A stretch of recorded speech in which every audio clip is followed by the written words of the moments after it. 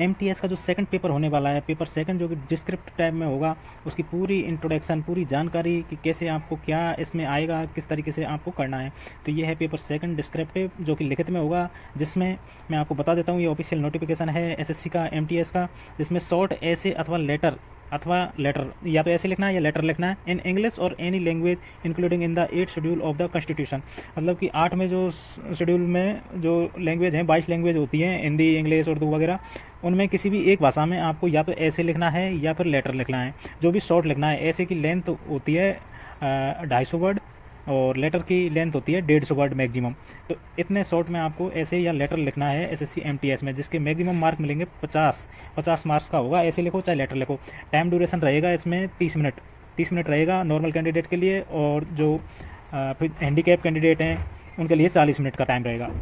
तो आपको मिलेगा इसमें 30 मिनट का टाइम, 50 मार्क्स, और ऐसे या लेटर में से एक चीज़ लिखनी है। तो ये चीज़ें अपने दिमाग में क्लियर कर लो कि पेपर सेकंड में आपको एक ऐसे या लेटर में से एक चीज़ लिखनी है। इसकी मैं और जानकारी आपको बता देता हूँ। जैसा कि लिखा हुआ है, paper second will be descriptive type in which the candidate will be required to write a short essay और लेटर इन इंग्लिश और अदर लैंग्वेज। तो डिस्क्रिप्टिव में लिखना है आपको, और इंग्लिश या हिंदी लैंग्वेज, अगर आप इंग्लिश में लिखना एक बार स्टार्ट कर देते हैं तो इंग्लिश में लिखना है, और अगर हिंदी में लिखना स्टार्ट कर देते हैं तो हिंदी में लिखना है। बीच बीच में हिंदी और इंग्लिश वर्डों का इस्तेमाल करना इसमें गलत माना जाता है। ये जानकारी आपको बीपीएल स्टडी एंड क्रिकेट के यूट्यूब चैनल पर बताई जा रही है। इस चैनल को ज़्यादा से ज़्यादा शेयर करें, सब्सक्राइब करें, और अधिक से अधिक लोगों तक पहुँचाएँ। पेपर सेकंड विल बी, देखिए, paper second will B only B qualifying nature, मतलब ये क्वालिफाइंग नेचर का पेपर होगा। इसके कोई मार्क एग्जाम में ऐड नहीं होंगे, लेकिन इसको पास करना जरूरी है। 50 नंबर का पेपर होगा, जिसमें 16.5 मार्क्स लाना अनिवार्य है, जो कि 33% इसका हो जाता है। आगे पढ़ते हैं, इसमें क्या लिखा हुआ है। Qualifying nature, it's intent text elementally language skill in view of post group C. इसमें आपके लिए काम की चीज़ मैं बताता हूँ। Marks scored by the candidate in paper second will be use to decide merit. ये देखिए, एक महत्वपूर्ण चीज़ है इसमें कि सेकंड पेपर के जो मार्क्स हैं, ये हालांकि ऐड नहीं होंगे क्योंकि ये क्वालिफाइंग नेचर है, लेकिन इन केस ये लिखा हुआ है, in case more than one candidate score equal normalize mark in paper first. अगर किसी केस में एक से ज़्यादा कैंडिडेट के स्कोर बराबर रह जाते हैं पेपर फर्स्ट में अगर एक से ज़्यादा कैंडिडेट का स्कोर अगर बराबर रह जाता है, तो उस टाइम पे पेपर 2 के मार्क ऐड होंगे, ये ध्यान दें। इसलिए आपको पेपर सेकंड की तैयारी अच्छी करनी है। क्वालिफाइंग के हिसाब से आपको 16.5 मार्क्स का नहीं सोचना है, आपको इसमें 50 में से ज़्यादा नंबर, 40-45 नंबर लाने का सोचना है। और आप अगर इस यूट्यूब चैनल के साथ बने रहेंगे तो 40+ मार्क्स 100% लेके आएंगे। तो आप इस चीज़ को दिमाग से निकाल दें कि ओनली क्वालिफाइंग नेचर है, इसके मार्क्स ऐड हो सकते हैं अगर in case more than one candidate score equal normalization mark. Normalization होगा अभी इसका, जैसे मार्क्स आएंगे, रिजल्ट आएगा, नॉर्मलाइजेशन होगा, स्कोर बढ़ेंगे। लेकिन किसी परिस्थिति में अगर स्कोर बराबर रह जाता है तो ये सेकंड पेपर के मार्क इसमें ऐड होंगे। तो ये आपको ध्यान देने की ज़रूरत है इस चीज़ पे, इसलिए अच्छी तैयारी करनी है इस पेपर की।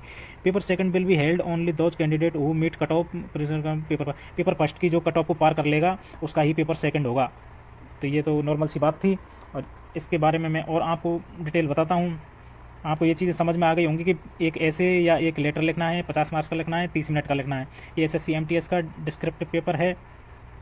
एसएससी एमटीएस हो, चाहे सीएचएसएल हो, चाहे सीजीएल हो, तीनों में ही डिस्क्रिप्टिव पेपर होता है। MTS, CHSL, CGL, descriptive paper तीनों में होता है। फ़र्क इतना सा है, एमटीएस में होता है 50 मार्क्स का, जो भी क्वालिफाइंग नेचर का होता है। इसमें ऐसे या लेटर एक चीज़ लिखनी होती है एमटीएस में, क्लियर कर लें अपने दिमाग में। जबकि सीएचएसएल में क्या होता है, सीएचएसएल में 100 मार्क्स का होता है, जिसमें ऐसे भी लिखना होता है और लेटर भी लिखना होता है। इसमें मिलता है 1 घंटे का टाइम और 100 मार्क्स, जो कि ऐड भी होते हैं, मार्क्स ऐड होते हैं, क्वालिफाइंग नेचर का नहीं होता। इसी तरह सीजीएल में भी ऐसे ही होता है। सीजीएल में भी 100 मार्क्स का होता है, उसमें भी ऐसे या लेटर दोनों लिखने होते हैं। इसमें भी मार्क्स ऐड होते हैं, इसमें भी 1 घंटे का टाइम मिलता है। तो ये तो थी इसकी जानकारी कि एमटीएस, सीएचएसएल और सीजीएल का पेपर किस तरीके से होता है। एमटीएस की बात करते हैं फिलहाल। तो एमटीएस पे अपन नज़र बनाए हुए हैं, एसएससी एमटीएस, जिसकी आंसर की आ चुकी है और इसका रिजल्ट जल्दी जारी होगा, और नवंबर में इसकी टीयर 2 की एग्ज़ाम होगी। एसएससी एमटीएस टीयर 2 नवंबर में एग्ज़ाम इसकी प्रस्तावित है। तो आप अभी से तैयारी करना स्टार्ट कर दें, तभी जाके तैयारी कंप्लीट होगी।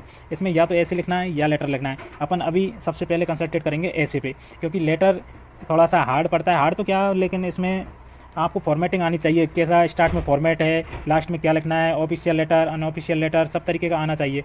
और जो कि आजकल व्यवहारिक जीवन में यूज़ होता नहीं है, लेटर बहुत कम यूज़ होता है, ऑफिशियली यूज़ करते हैं। तो ऑफिस में अभी जाने का मौका नहीं मिला, तो आपको उसके बारे में जानकारी थोड़ी कम होती है। इसलिए लेटर को छोड़ के हम सबसे पहले ऐसे पे कंसंट्रेट करेंगे। और जैसे सीएचएसएल का रिजल्ट आएगा, सीएचएसएल का रिजल्ट आने के बाद आपको लेटर की भी तैयारी करवा दी जाएगी। अभी फिलहाल हम ऐसे की तैयारी करेंगे, जो कि एमटीएस में महत्वपूर्ण चीज़ है MTS में, ये 50 मार्क्स का होता है, 50 मार्क्स का होता है और 30 मिनट्स का इसमें टाइम होता है। 50 मार्क्स का होता है, 30 मिनट का टाइम होता है। मिनिमम पासिंग मार्क 16.5 मार्क्स होते हैं, जो कि 33% होता है। और ये क्वालिफाइंग नेचर का होता है, क्वालिफाइंग नेचर का होता है। लेकिन इन केस किसी भी केस में अगर स्कोर बराबर रह जाते हैं तो उस ही टाइम ये सेकंड पेपर के मार्क्स काउंट किए जाएंगे, अन्यथा मार्क्स काउंट नहीं किए जाएंगे। तो ये SSC MTS Tier 2 की इंट्रोडक्शन में दे रहा हूँ पूरा, आपको समझ में आ रहा होगा किस तरीके से ये एग्ज़ाम होगा। तो ऐसे के बारे में अब मैं थोड़ा सा बता ही देता हूँ कि ऐसे कैसे लिखते हैं, क्या लिखना है, किस तरीके से एग्ज़ाम होता है। थोड़ा सा जो इंट्रोडक्शन दे ही रहा हूँ तो उसमें पूरा बता देता हूँ। ऐसे का मतलब होता है ऐसे लिखना है अपन को 250 वर्ड में, मैक्सिमम 250 वर्ड। यानी कि अगर कॉपी या रजिस्टर का पेज देखते हैं तो या तो पूरा एक पेज या 1 से सवा पेज तक, इससे ज़्यादा नहीं लिखना। 250 वर्ड उसमें आराम से आ जाते हैं। और इसको भी लिखने का थोड़ा सा तरीका ये होता है कि आप पैसेज स्टार्ट करते हैं, लिखना स्टार्ट करते हैं, पैराग्राफ ये लिखना स्टार्ट कर दिया, ठीक है, छोटा सा पैराग्राफ लिखा फर्स्ट में, फिर एक लाइन छोड़ी, उसके बाद अलग टॉपिक, दूसरा पैराग्राफ, उसके बाद तीसरा पैराग्राफ। इस तरीके से मैक्सिमम 4 या 5 पैराग्राफ में आपको ये कंप्लीट कर देना है, जिसमें भी आपको ध्यान रखना होगा कि उनमें क्या लिखना है। जैसे पहला पैराग्राफ है, ये पहला पैराग्राफ, इसमें आपको लिखना है प्रस्तावना। टॉपिक नहीं डालना है, लेकिन टॉपिक नहीं डालना है और लिखना प्रस्तावना है कि ये चीज़ होती क्या है। जैसे कोई भी टॉपिक ले लेते हैं अपन, पर्यावरण प्रदूषण, आतंकवाद या कुछ भी टॉपिक ले लेते हैं, तो उस टॉपिक पे पहला चीज़ है प्रस्तावना की, ये पर्यावरण प्रदूषण होता क्या है, पहली चीज़ तो ये। अगले पैराग्राफ में आप लिखोगे कि ये क्यों होता है, अगले में लिखोगे इसके क्या नुकसान है, अगले, और जो लास्ट होता है उपसंहार बोलते हैं जिसको, उसमें लिखना है कि इसको कैसे रोका जाए। मतलब उसमें अपनी राय देनी है, कॉपी पेस्ट नहीं करना है, किताब कॉपियों में से टिप टिप के नहीं करना है, अपनी राय देनी है। अपने अंदर से आवाज़ आनी चाहिए कि हाँ ये ऐसे मैंने लिखा है, सही से लिखा है और इसमें ये चीज़ें होनी चाहिए।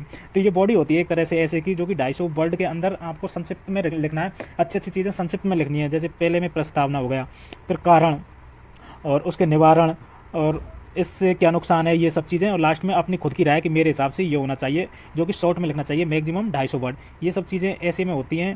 और अच्छे से जितना अच्छा ऐसे लिखोगे आप, उसमें मुहावरे, लोकोक्तियाँ, इनका प्रयोग करोगे तो वो कुछ अलग ही इफेक्ट डालेंगे, जिससे ज़्यादा से ज़्यादा आपको नंबर मिले। और कोई मेन चीज़ हो, जैसे मेन टॉपिक हो या मेन लाइन हो जिसको आप एग्जामिनर को पढ़वाना चाह रहे हैं, तो उस लाइन को अंडरलाइन ज़रूर करें, उस लाइन को अंडरलाइन कर दें, ताकि 1.5-2 लाख बच्चों की जब कॉपी जाँच होगी, उसमें एग्जामिनर आपकी कॉपी जांच करेगा तो वो पूरा तो पढ़ने बैठेगा नहीं, वो जो अंडरलाइन है उनको सीधा सीधा पढ़ेगा और उसके हिसाब से मार्क्स दे देगा। इसलिए जो भी मेन चीज़ है, आप जिसको पढ़वाना चाह रहे हो एग्जामिनर को, जिससे आपके अधिक मार्क्स मिल सकते हैं, उनको अंडरलाइन करना नहीं भूलें, अंडरलाइन कर दें, ताकि एग्जामिनर को अच्छे से समझ में आ जाए कि बच्चे ने क्या लिखा है, इसकी सोच कहाँ तक जाती है। अंदर की जो सोच है वो निकल के आती है ऐसे में। इसलिए ऐसे क्या ये एग्ज़ाम होता है CHSL, CGL, MTS तीनों में ही, ताकि मानसिकता का पता लगाया जा सके कैंडिडेट की का। ऐसे लिखने को वैसे तो एक पेपर आता है, सिंपल पेपर आएगा एग्जाम में, सिंपल। उसमें आपको स्टार्ट कर देना है लिखना, ऊपर टॉपिक डाल देना है कि मैंने कौन सा ऐसे लिखना है, जैसे पर्यावरण प्रदूषण यहाँ डाल दिया। उसके बाद आप यहाँ से स्टार्ट हो जाएंगे, फर्स्ट लाइन से बिना कोई गैप दिए हुए लिखना चालू कर दिया। ये प्रस्तावना का टॉपिक चल रहा है, इसमें टॉपिक नहीं डालना कुछ भी। जैसे ही 3-3.5 लाइन आपकी कंप्लीट हुई, अगली लाइन एक लाइन छोड़ने के बाद आप यहीं से स्टार्ट करोगे कि कैसे होता है, क्यों होता है, क्या कारण है, ये लिख दिया। उसके बाद एक लाइन छोड़ने के बाद कि इससे क्या क्या नुकसान है, समाज में ये होता है, वो होता है। इसके बाद कि इससे कैसे बचा जा सकता है, इसके, और ये लिख के अपनी राय दे दें लास्ट में, और इस तरीके से एंड कर दें। तो ये ऐसे का एक फॉर्मेट होता है। इस तरीके से आप किसी भी ऐसे को लिख सकते हो। ज़रूरी नहीं कि ये मैंने जो बताया पर्यावरण प्रदूषण या इसी तरीके, मैं आपको कम से कम 20 ऐसे बताऊँगा, और उनसे बाहर एग्जाम में जाएगा नहीं। क्योंकि एग्जाम में क्या होता है कि 4 ऐसे आते हैं, 4 ऐसे और 4 ही लेटर आते हैं, और लेटर भी सेम ऐसे की तरह ही होता है, वो आपको बाद में बताऊंगा। फिलहाल अपन ऐसे पे कंसंट्रेट करेंगे। 4 ऐसे आते हैं, 4 में से आपको एक लिखना है, कोई सा भी एक चूज करना है। तो 4 बहुत बड़ी बात है। पिछली बार जो ऐसे आए हुए थे, तो वो आए हुए थे, एक तो मोबाइल फ़ोन पे आया था, एक साइंस पे आया था, विज्ञान क्या होती है, एक क्रिकेट पे आया था, क्रिकेट क्या है, और ऐसे कुछ एक और था। 4 ऐसे आए थे, तो सिंपल से थे चारों ही, एक करना था, कोई सा भी उठा के करते थे। अगर आपने पढ़े हुए हैं, अच्छे से तैयार किए, योजनाओं के बारे में आ जाता है, कौन सी योजना, प्रधानमंत्री उज्ज्वला योजना, या फिर बेटी बचाओ बेटी पढ़ाओ, ऐसी काफ़ी योजनाएं जो चल रही हैं, GST वगैरह, ये सब इनमें से कोई सा ना कोई सा एक आ जाता है। तो आपको घबराने की बिल्कुल ज़रूरत नहीं है। SSC, MTS, CGL, CHSL तीनों का जो डिस्क्रिप्टिव पेपर है, उसकी पूरी तैयारी आपको BPL cricket and study channel पर करवा दी जाएगी। इसको ज़्यादा से ज़्यादा लोगों को शेयर करें, जिससे लोगों के इसमें पासिंग मार्क ही नहीं बल्कि अच्छे मार्क्स आएँ, और जो लाख रुपए की मेहनत करके पेपर पास किया है फर्स्ट, उसको मेहनत को बेकार नहीं जाने दे, सेकंड पेपर में आपके अच्छे मार्क्स आ सके।